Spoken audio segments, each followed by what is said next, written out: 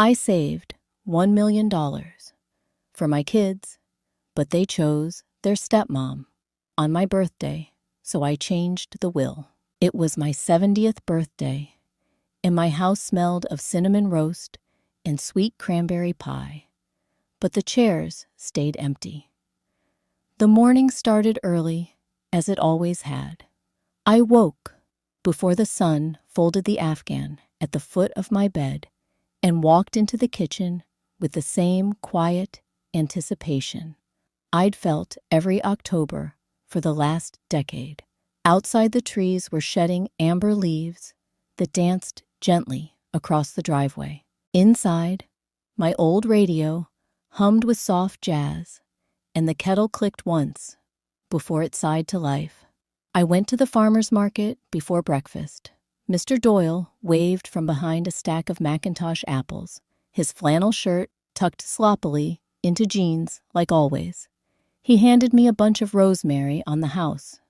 "For that roast you do," he said. "The one you make when family's comin'." I smiled and nodded. I didn't tell him they hadn't shown up last year either. Back home, I laid out the cloth napkins. The embroidered ones I only used on special days. I polished the silver, even though no one would notice, and wrote out place cards in my best cursive, Ethan, Hannah, Vivian. The pie cooled by the window, its sugary scent drifting across the hallway. I even lit the vanilla candle in the bathroom, something Hannah once teased me about, saying it was so quaint. The dining table looked like a spread from a Thanksgiving magazine. 6 chairs, 3 plates. My wedding, China. I checked the family group chat. No new messages. I sent a photo of the table and typed, "Can't wait to see you all. Dinner's at 6. Love you, you, by 3. The roast was done. I kept the oven on low. By 5, I switched to my blue cardigan, the one with the pearl buttons I pinned on the brooch Jim gave me on our last anniversary. I stared at the clock more than I should have. 6 came and went. The radio played a song from my 20s, something about missing chances. By 7, I poured myself a glass of tea and sat by the front window. A single car passed a neighbor, not my kids. My phone buzzed once, a work email, nothing else. I stood, knees creaking, and packed the plates into Tupperware. I told myself they'd be hungry later, even if they didn't make it. I went to the hallway drawer and pulled out 2 envelopes, both sealed, each with a check that would make their lives easier than mine ever was. Underneath them lay the deed to the house. I hesitated, then tucked them all back into the folder and slid the drawer shut. Later in the kitchen, the fridge hummed gently as I sat at the head of the table. My plate was empty. I looked at the candle stub in the center and whispered, "Happy birthday, Marion," to no one in particular. The calendar still hung beside the phone. October 14th was circled in red, dinner with Ethan and Hannah. 6 p.m. I didn't erase it. The next morning, Marion receives a photo on Facebook, her kids at a party. Not hers. 2 clicks, one to delete the birthday group chat, the other to email a lawyer. The silence of the house pressed heavier than usual that morning. I stood in the living room, bathed in soft gray light, leaking through the curtains, holding my phone like it might burn me. My thumb hovered for only a moment before tapping delete chat. No more unread promises. Then I opened my email, found the old message from June with Mr. Tomlin's contact, and hit reply. The subject line read, "Appointment request." The drawer that once held deeds and dreams now felt like a tomb. I didn't even open it this time. I just walked past it, brushed the dust off my cardigan, the faded navy one I used to wear at the library, and headed across the street to June's. She poured chamomile into 2 chipped mugs and set down a plate of lemon cookies. Her kitchen still smelled like antiseptic and cinnamon, a remnant of her nurse days, and her stubborn belief in Vicks VapoRub. She looked at me over her bifocals. "You done waiting for crumbs?" she asked, not unkindly. I let out a sound that was half laugh, half sigh. "I think I might be. You raised them with books, Marion. But they only read their own chapters." That one stuck with me all the way to Mr. Tomlin's office. His office was tucked above the old bakery, up a flight of creaky stairs. A little bell jingled when I opened the door. The space smelled of paper and peppermint. Dusty law, encyclopedias lined the walls. A small U.S. flag drooped in the corner next to a faded poster about elder trusts. He stood up slowly when I entered. "Mrs. Ellis," he said, buttoning his sweater vest. His voice had that patient rhythm, the kind that didn't rush anyone. I nodded, unsure why my throat felt tight. He gestured to a chair opposite his desk. "I understand you want to update your estate documents." I pulled the yellow envelope from my purse and laid it on the desk. "That's the old one. Read it if you like. Then shred it." He paused, lifting his glasses to his forehead. "Are you certain I am?" He leafed through the pages anyway, respectful of the past I had just buried. Then he folded the papers neatly and placed them in the shredder. It whirred softly, turning promises into confetti. We spent the next hour drafting the new will. Everything, my savings, the house, the tiny book collection I curated over a lifetime, was to go to a local literacy fund and a charity that helped single mothers return to school. I added a note requesting my library cardigan be donated to the children's reading room. Mr. Tomlin looked up from typing and softly asked, "Are you sure?" I looked straight at him and said, steady and calm, "I've never been more sure." That night, I returned home to the same quiet house. I stood in the hallway where the birthday cards were kept, each tucked inside a shoebox, labeled by year I. Opened them all one by one. Most were store-bought, scribbled with love, Ethan, or hope. "It's happy, Mom." Some years there were none. One card caught my eye.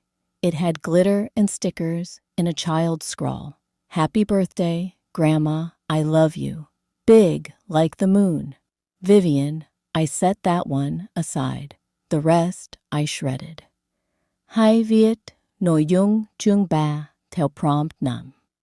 ChatGPT deny. They didn't bring flowers, but they brought demands. I heard their footsteps before the knock, quick, sharp, like heels on hardwood. Through the frosted glass of the front door, I saw Hannah's stiff silhouette and Ethan's hunched shoulders. I opened it without a smile. They entered like guests in a stranger's home, eyes scanning for something to criticize. The cake from Vivian had been left in the fridge. Marion placed it on the table, still untouched.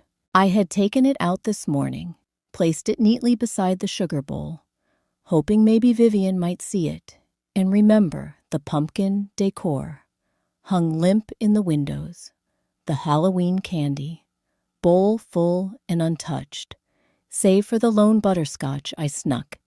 In a moment of quiet, the wind scraped dry leaves across the porch, and somewhere down the block, a child shrieked with laughter. The season was moving forward. I was too. "Mom," Hannah started before she sat. "We heard from Uncle Mark. You changed the will." Ethan didn't even sit. He hovered near the hutch, arms folded. "Is this about the birthday?" she continued. "You're punishing us for one missed night." I didn't answer right away. I walked to the kitchen, poured 3 cups of coffee, then set 2 down without comment. "Mine," I held on to, cold. "It's not one night," I said, still facing the window. "It's a lifetime," Ethan scoffed. "Come on, that's not fair." "No," I turned, voice steady. What's not fair is the silence every Thanksgiving while I sat at a table set for 5. What's not fair is mailing you birthday cards you never opened or baking pies that spoiled untouched. What's not fair is pretending I wasn't lonely. They said nothing. The only sound was the soft hum of the refrigerator, and somewhere outside, wind rustling plastic skeletons on someone's porch. Vivian tugged gently at her mother's sleeve. "Grandma," she asked, voice full of that innocent ache, "why don't you love us anymore?" That did it. I crouched beside her, brushed her curls back with my wrinkled fingers, and kissed her soft forehead. "I do," I whispered. "But I love me too." And I forgot how, for a long time, silence followed, thick and jagged. "I raised you to be strong," I said, turning to Ethan and Hannah. "But I forgot to teach myself the same." Hannah's voice cracked. "You're cutting us out of everything. You have 30 days to move out of the house." "I still legally own," I said. Ethan's mouth opened, but no words came. Hannah stood rigid, cheeks flushed. The flicker of entitlement in their eyes met the firmness in mine and lost. The door creaked open as they stepped onto the porch. Behind them, the hallway echoed with memories I no longer wanted to carry. A neighbor kid in a dinosaur costume skipped up the walkway, paused at the porch stairs, then darted away, sensing something grown-up and cold. As they walked to the car, Hannah muttered under her breath, "You'll regret this." I closed the door slowly, my hand resting on the frame just long enough to steady my breath. "I already did," I whispered. "Until now, I bought them a house. Now I'm taking it back, with my name still on every brick." The wind bit sharper than usual that morning. My fingers trembled, not from the chill, but from the jangle of the keys in my coat pocket. Keys to a house I once gave with love, and now I was reclaiming with resolve. I remembered the day I signed the deed, thinking, this is their future. Now it's mine again. The realtor's office smelled like synthetic pumpkin and cinnamon. Wax melts. Not the real kind, like my kitchen used to. Carla, a woman in her 50s with silvering curls and eyes that knew pain, smiled when I handed her the spare key. "You're doing the right thing," she said gently. I nodded. "Just list it," I replied. "Price, it fair, but move fast." She scanned the paperwork. "Your name's still the only one on the title." I exhaled. That's the point. Later that afternoon, the storm came, not from the sky, but from my front steps. Ethan didn't knock. He banged. "You're selling our house," he shouted before I even opened the door. "No," I said softly. "I'm selling mine." "You can't do this," he said again, as if repetition could change the truth. I stepped aside so he could storm in, pacing, like a man who'd never had to read fine print. Michelle followed, arms crossed, fury in her carefully drawn eyebrows. "Where is Vivian supposed to sleep now?" she demanded. I looked her in the eye. "Wherever her parents decide." "That's not for me to fix anymore," she scoffed. "You're punishing her for our mistake." "No," I replied steady. "I'm making sure I never make the same mistake again." The conversation circled like vultures. Accusations, denials, the word selfish, flung more than once. I didn't raise my voice. I didn't need to. Instead, I walked to the side table, pulled out the manila envelope I'd tucked away, and laid it gently on the dining room table. The original deed.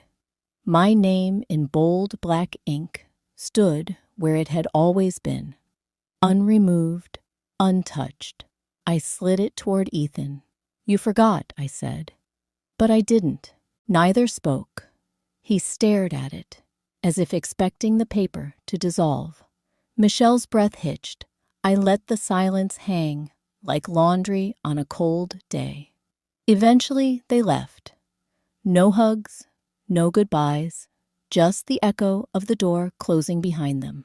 The next morning, my phone buzzed while I was folding laundry. The scent of lavender still clinging to my late husband's old flannel shirt. Marion, Carla's voice was brisk but kind. The house has 3 offers already. I held the shirt for a moment longer, smoothing the collar before answering. Let's take the best one fast. I turned off my phone, and the silence felt like a warm blanket. It was late November, and the first breath of winter had brushed the windows with fog. I pushed open the double doors of the cafe, the bell above them chiming soft and low, like a whisper, saying, "Welcome back." The place still smelled like cedar shelves and freshly ground coffee, with a hint of orange peel I'd tucked into the simmer pot behind the counter. They once called only when they needed money. Now, even that had stopped, and somehow I didn't miss it.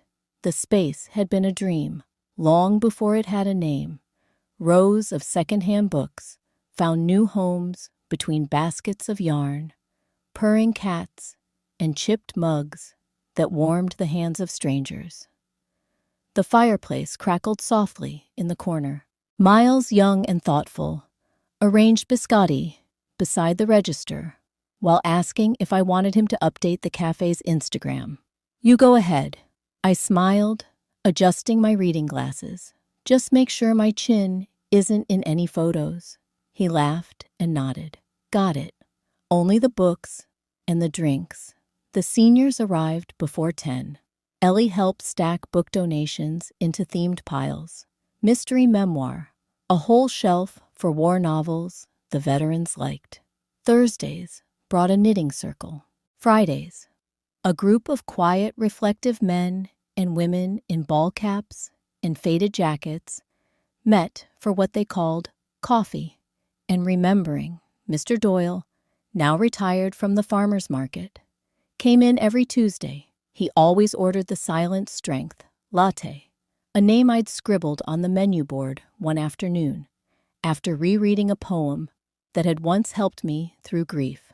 "You've built something rare here, Marion," he said one morning, his hands warming around the cup.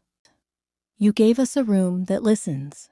The reporter arrived that same week, notebook in hand, eyes shining like he'd stepped into a different century. He asked questions, took photos of Miles, pouring coffee of Ellie, knitting by the window. I didn't mind. I just hoped he'd spell my name right. One quiet evening after the last guest had gone and Miles had waved goodnight, I sat by the fire with a cup of chamomile.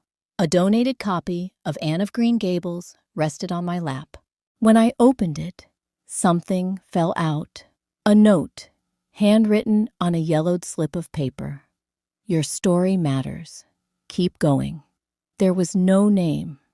I held it to my chest and closed my eyes. Maybe it was from Ellie or Miles, or maybe from a stranger who'd seen more than I realized. Outside, the streetlights buzzed on. I pulled the curtain gently across the window, letting the jazz playlist fill the air like company. The quiet no longer felt empty. It felt earned. Thanksgiving morning arrived with a pale sunrise and the scent of pumpkin bread rising in the oven. I tied on my apron and opened the door to let in the soft morning air, and froze. Luna stood there, her hair tangled, eyes swollen from crying. Her hands rested gently on the swell of her belly. She didn't say a word. Neither did I. She said, "Mom, I made a mistake." I said, "Then let this be your first step, right?" The rain had been falling since morning, tapping a steady rhythm on the cafe windows like an old clock trying to tell a new time. Thanksgiving had come quiet and gray, but inside the back room, it was warm, pillows on the armchairs, soft cinnamon lingering in the air, and the hum of Miles steeping tea just beyond the door. I remembered the Elsa cake. I remembered the shredded deed. I remembered who I became. Luna sat across from me, her belly now full with life, and her eyes hollowed out by too many nights without sleep. Her mascara had long since run, leaving tired shadows on her cheeks. I handed her a tissue, without a word, just a gentle glance that said, "You may speak, or not. Either way, I'm here." He left, she whispered, took the car, the savings, and my last ounce of pride. I didn't flinch. I have nowhere to go. I let silence stretch between us like a soft rope, not to hang her with guilt, but to pull her closer to her own voice. Miles came in quietly, placed 2 cups of steaming peppermint tea on the side table, and slipped out again with a nod.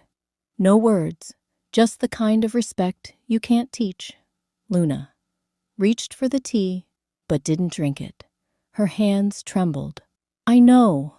I said things," she mumbled, "and I let them. I let him." Her voice cracked. I didn't interrupt. I wouldn't rescue her from the truth. "You don't have to forgive me," she added, eyes downcast. "I won't offer you money," I said finally. "But there's a spare room upstairs. It's quiet and it's clean. You can have it for a month." She blinked. "No rent.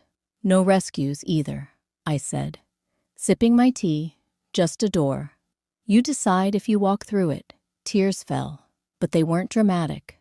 They were slow, private, the kind that fall when you finally let yourself feel tired. Luna reached into her purse and pulled out a folded hospital pamphlet.